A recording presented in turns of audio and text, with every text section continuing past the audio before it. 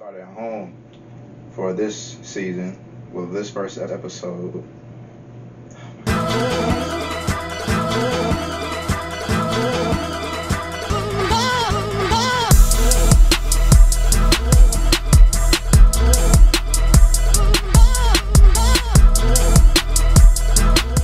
What's good, everybody? Welcome to another season of the Go Talk. I'm your host, Josh Robinson, and for this season, I wanted to do Black Ambitions. So this time I'm interviewing entrepreneurs. Since I wanted to interview entrepreneurs, I'm starting right at home with my little sis Taylor.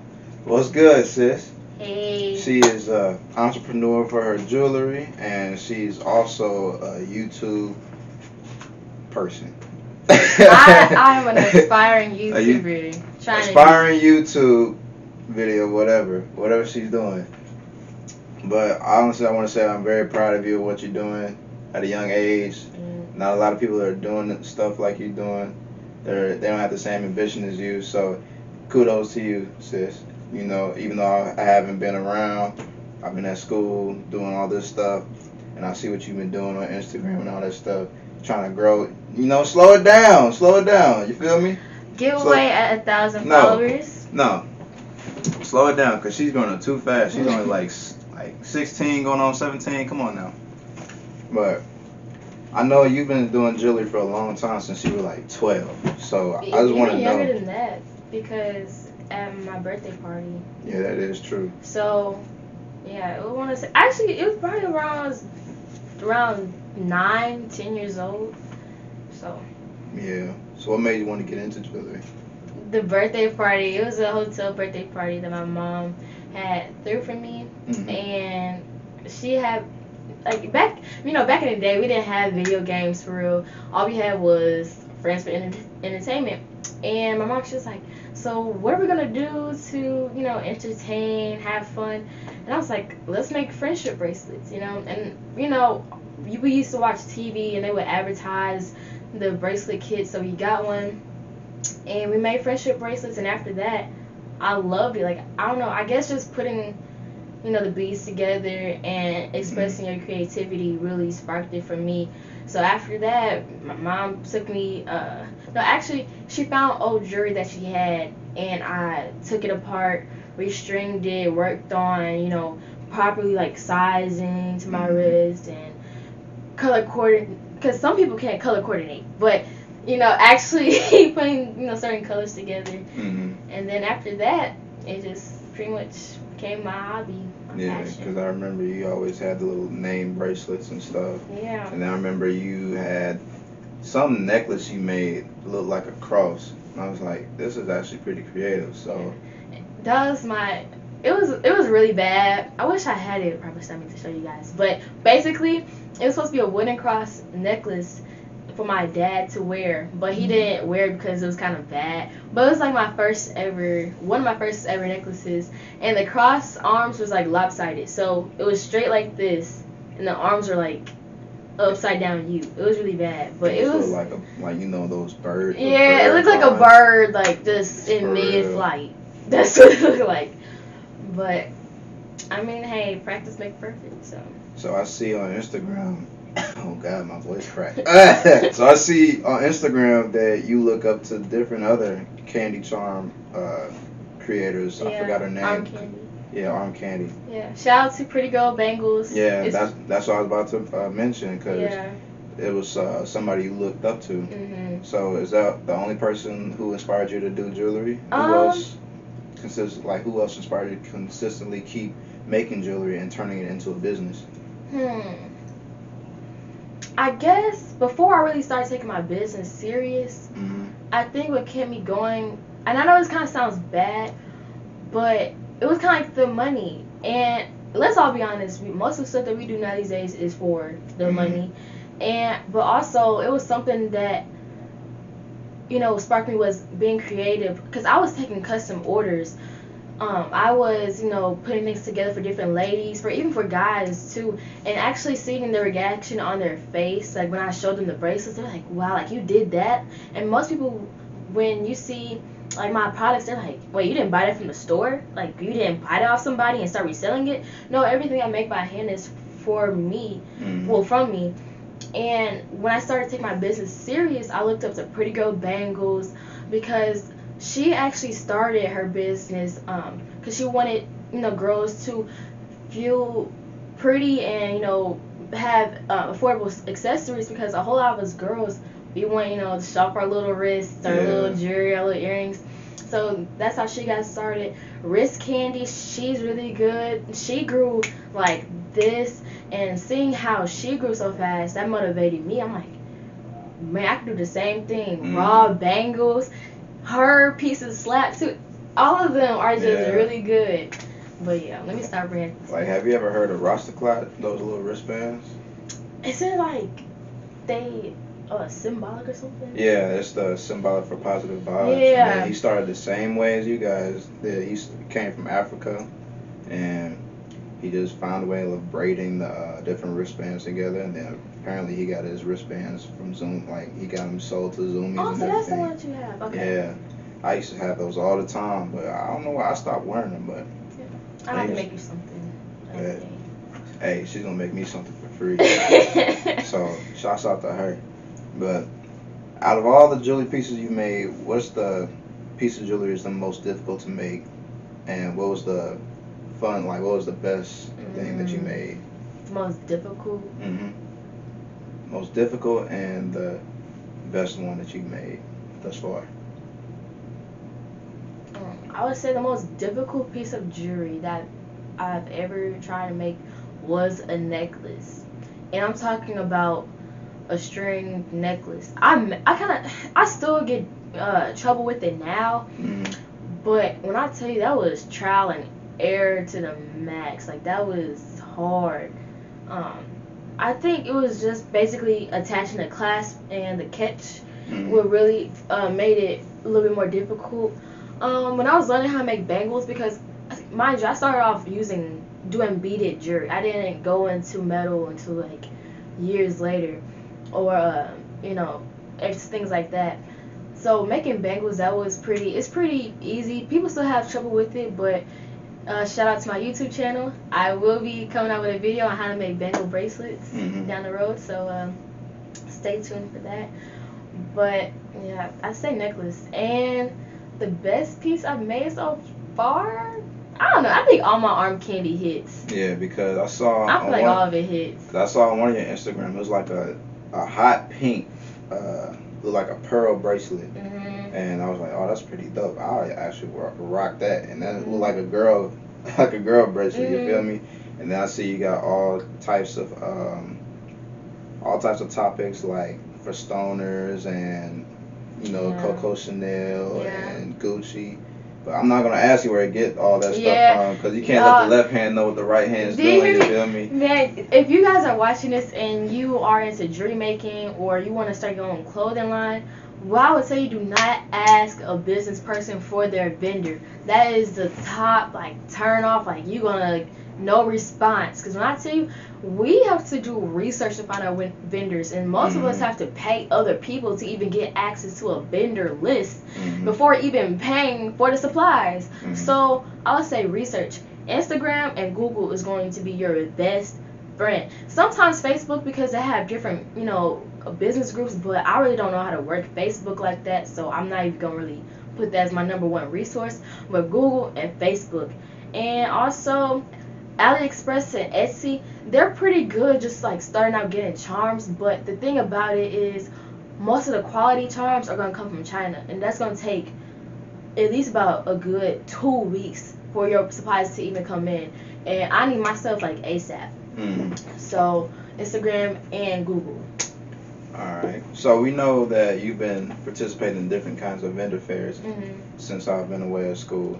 So tell me about your experience at those vendor fairs, and like, how successful were they? Okay, so my first vendor fair, I want to say, was about 3 years ago. 3 years ago. Wait, was I like a sophomore around that time? I think it was my sophomore year, your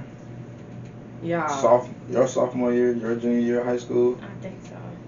No, because I was a junior last year, so I think freshman year, freshman and sophomore year. But my first vendor fair was, around then. Mm-hmm. I didn't really know what I was doing. All I knew was I set up my shop, a little pop-up shop, have my prices, people come, draw them in, try to make sales. My first vendor fair, I think I made 400 or at least close to it, and I made sure that I had at least 100 bracelets. My big thing was bracelets. I think I had probably 1 or 2 necklaces, 1 or 2 earrings, but my main hitters were bracelets. And what really got people was my $5 stand. If you guys have ever seen a jewelry stand, I had a big one in the middle, and all those bracelets that was on that stand was $5, and it was quality bracelets. It wasn't no put together, quick last minute cheap look. No, it was $5, stones and everything. That's what really got people. I even got people who wanted customs. I took notes of their order, everything, hit them back like a week. No, about even a couple days later, saying, hey, your order's ready, whatnot. Met up, made sale.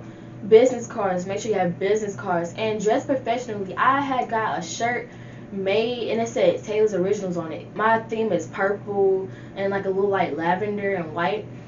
Had that made on a t-shirt, so people already knew I had black slacks on. If you look like a business woman, they gonna take you seriously. It don't matter your age. Matter of fact, when I see a young person dressed like that, and I'm not talking about using slang when you actually talking to people, because mind you, these are older ladies. These are 30s and up. Because this was, my first one was a Mother's Day brunch.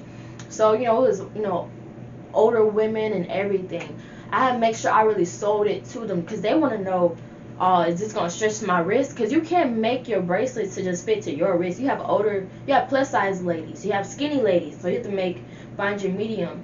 But yeah, that's my first vendor fair. My second one made over 400, almost hit 500. It was a little bit better than the first one. And then my third one blew it out the water, okay? When I say practice, go to as many vendor fairs as you can, get your name out there. The more, the better, so you can work on your communication, your speaking skills, figure out what audience you really want to cater to. Because at first I thought I wanted to cater to more so older women and like some like in my age group, but now as I've gotten my website and my Instagram together, 16 through 34, those are my key people. That's like, yeah, like I'm her customer. So find your audience and cater to them. I know you had a little vendor fair at the church, didn't you? Well, it was through the church. Oh, okay. Yeah, it was through the church. It wasn't directly at the church. It was through the church. Okay. That was the Mother's Day brunch. So. Yeah, because Mom was telling me about all the things, saying we had to go to this vendor fair for Taylor. And I'm like, dang, they moving around like she's on it. And then I know Dad was talking about a lady that you guys met, that she wanted your product at a store somewhere. Yeah. So tell us about that. Like, what happened with that? So basically, a lady, she was interested in. Back check. Went to the craft store, one day. Ran into this lady who actually was, I think she was like the manager of this pharmacy / bookstore, in the trafficked area, right? And she was like, you make jewelry? Okay, here's my business card. I would love to see your product. I would love to, probably see it in our store. Hit her up. I get a little portfolio together of my, some of my best work in a variety. I have men, I have kids, I have women, everything. I talked to her. I give her price ranges and everything, and this is my price I'm willing to sell to you for. And they gave me the price that they were willing to sell it to the public. And mind you, this is in the area where it's a college. There's a university around, so college people are coming there for books, for liquor, whatever you can think of. They're coming to this store. And she didn't really call me back for about a good 3 weeks, so I got kind of worried because I gave her my best. Where I was professional about it. I emailed. I didn't text. I emailed and I called and I went to see her in person. But I guess since she wasn't the manager, they had like a board meeting and they were like, well, we can't really afford to do this.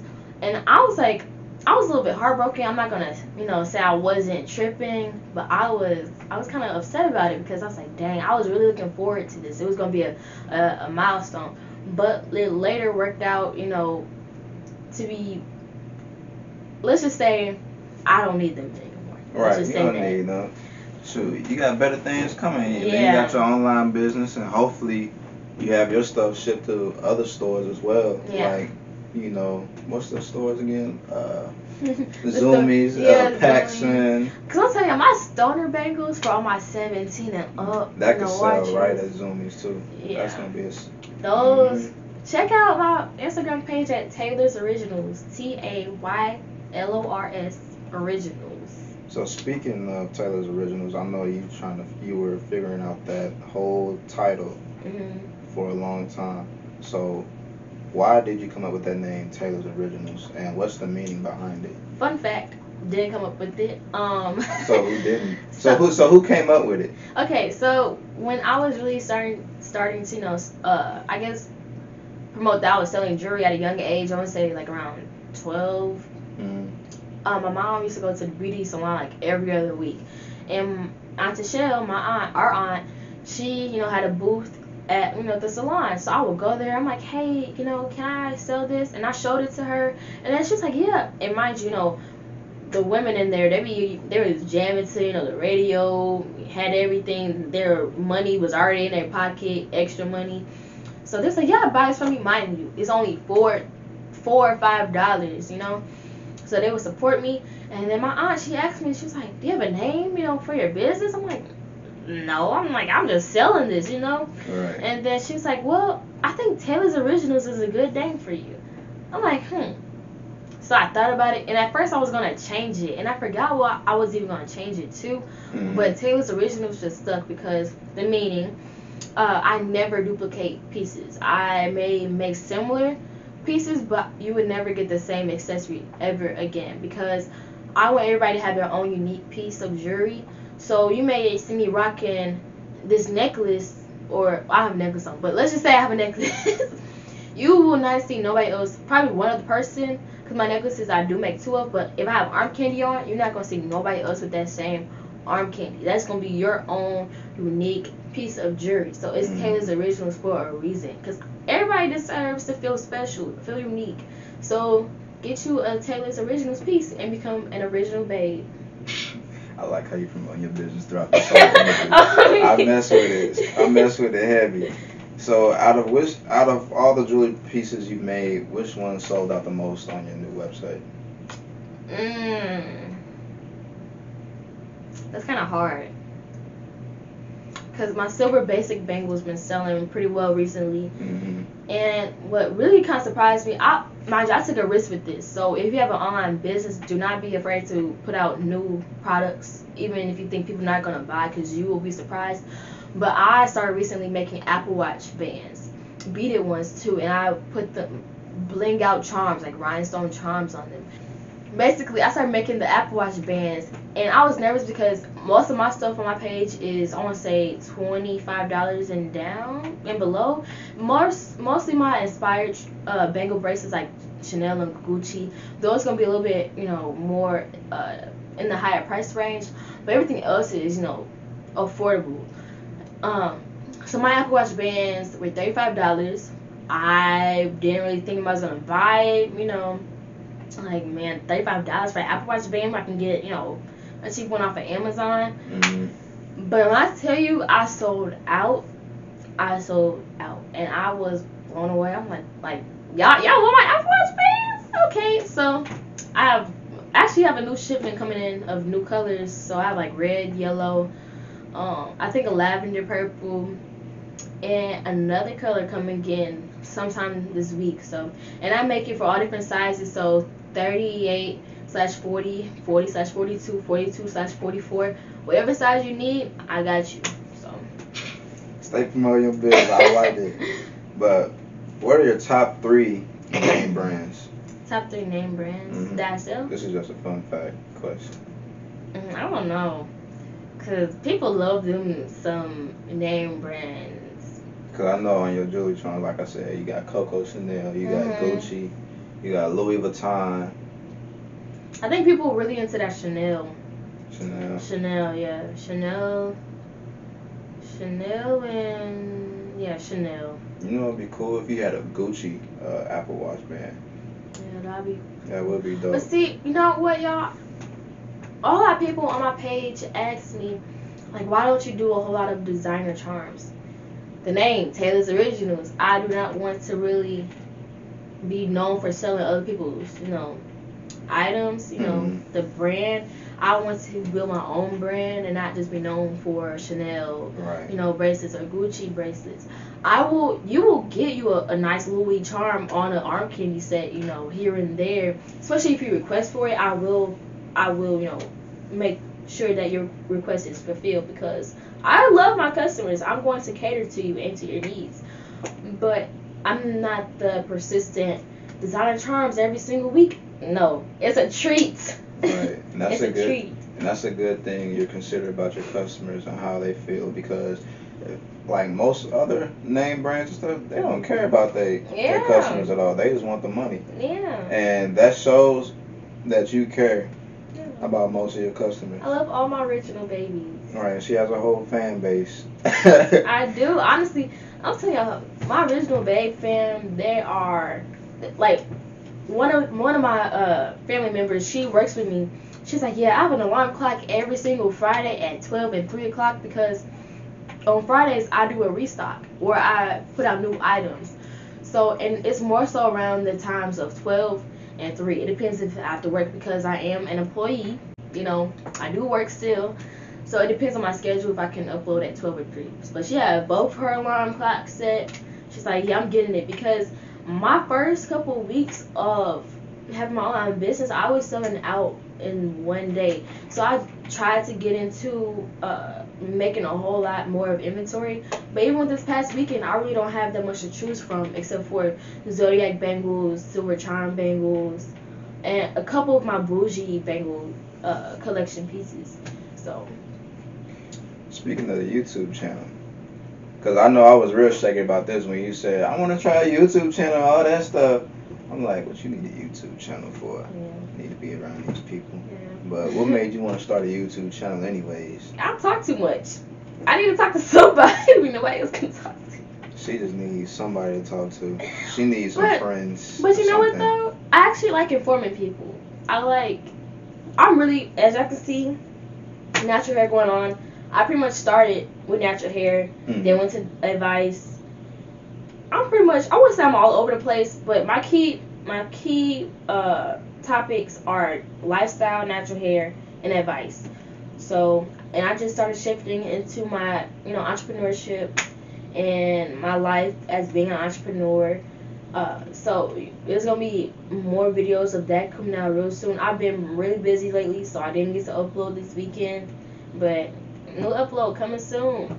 But my YouTube is Crazy Forte with 3 Y's after the crazy. So. Stupid. Alright, so we already covered the advice because you've been pouring out advice to young entrepreneurs throughout this whole interview. So, do you have anything to say? Anything else to say? All I gotta say is, if you want to start a business, this is the time. This is the time. There's no other better time than right now to start a business. Because what are you doing besides probably going to work? Or, I know no sports are really going on unless you play softball and you play select. But other than that, what you doing? What you doing with your life? I mean, they got some 7-on-7 football teams. But think about it. All the time that you spend playing the game, watching TV, Netflix, you could be putting that time towards watching informational YouTube videos, looking up which is the best website host. Like for me, I was gonna actually do Big Cartel for my website, but I canceled that, I scratched that, and I went to Shopify. When I tell you that was the best decision I ever made. So if you want to start a business, do not worry about the $29.99 monthly cost, because some people, that scared me too, that monthly fee, because I'm like, man, what if I do not make that much in a month, or what if that's like, I was just scared, And being a business person, you cannot bring emotion into your decision making. That's what I had to learn. But I say make that risk, and you can also do a free trial. They have a 1 month free trial. Try it out, see if you like it. That's what I would do. Also, consistency. Consistency is key. I started my Instagram page back in 2017 for my business, and then I was inconsistent posting. But when I didn't tell nobody about me launching my website until the day before, I did not speak about it to anybody except for my best friend and my family. That was it. I didn't tell nobody because I think more so down this road, you have a whole lot of silent haters and silent watchers who are watching your every single move and just looking to see, oh, what's she gonna do next? Oh, I hope that she don't do that, because then that's gonna bring this type of attention to her, less attention on me. So I would say keep all your moves private, because you do not want negative energy, being cast upon you. Yeah, because we all had to learn that too. Because I had to learn that in high school. Yeah. And you can't just go blurting out Yeah. everything, every word, every move that you say. You gotta just keep it consistent, Right. keep working. Right. And then back on the consistent part, and I know this is the first episode of season 2, and I had to stay silent about this, but I had to think for a minute on what I'm gonna do, because I didn't think this was gonna work. Feel me? So I had to, regroup myself and be like, Josh, you gotta be consistent about this. You feel me? Cause I saw you work and I said, no, I gotta keep it going. I gotta keep it going. And then I saw everybody else. Consistency is key. I did not really start getting back active on my Instagram page until May 24th. Mind you, when I got back active, I was just about to hit 260 followers. I am at hold on, y'all. Let me get the accurate. I'm at 937 right now. That's progress. It's been barely a month. That's a huge jump. That's more than major jump. That's a major jump. And I know some people grow faster than that in a month, but think about it. I started in 2017. It's 2020 right now, and in less than a month, I made that jump. Think about if I was consistent back then. But also, you know what, y'all? Do not try and force something, because I've been wanting to start my website for about a good 4 years now, and I'm just now doing it. And I look back on it and I realized that I was not ready. I didn't really know how I was going to do it. I was just going, I think my whole ideal was doing customizations. I just wanted to take customized orders on the website. That was it. But then when I really thought about it, I'm like, how is that really going to work, So when I was looking at other people and seeing how they were moving, and that gave me more ideas and more of a structured plan on what I wanted to do. And when I say prayer and manifestation, if you are into religion or whatever, that is key. Because when I tell you, God will show you things, and when you are manifesting it and you are actually believing what you're asking, and you know that He's going to do it for you, because you can't just pray for something and just and just hope for it, like, oh well, I think He's gonna do it. No, you gotta know that. You gotta do that. Yeah, it's like he's a guy that's going to provide all the time. He's going to provide you with what you ask or something big. He's never going to come up short, like, point blank, period. So enough said. Like, ugh. But yeah, and most of that stuff we just share to each other behind the camera. You feel me? So, but yeah, that's all I have for you today. This is a nice little video. It was a nice little video. All right, so any social media? I know you said Crazy Potatoes YouTube, Taylor's Originals. Taylor's Originals is my business page. Personal page, if you have any questions or anything, you can contact me on my business page. But personal page is Crazy Forte with 3 Y's after the crazy.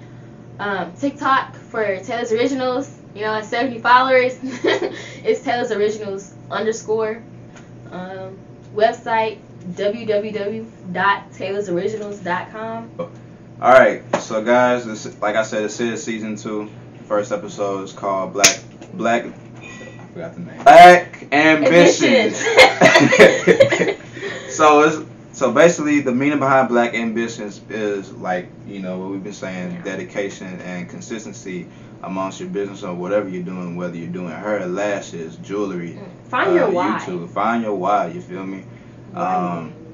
Because there's a whole bunch of talented black entrepreneurs out there in St. Louis or even across the country that aren't even relevant. Well, not relevant, but like that aren't well known, and they have real talented stuff. Like you said, the Bangles girl, she's real talented. She got like 21K followers. Yeah, and let me just say this, and she started a little bit at the end of 2019. But let me just say this, do not get discouraged that, like, let's say you want to start a lash business, but you see everybody else is doing lashes.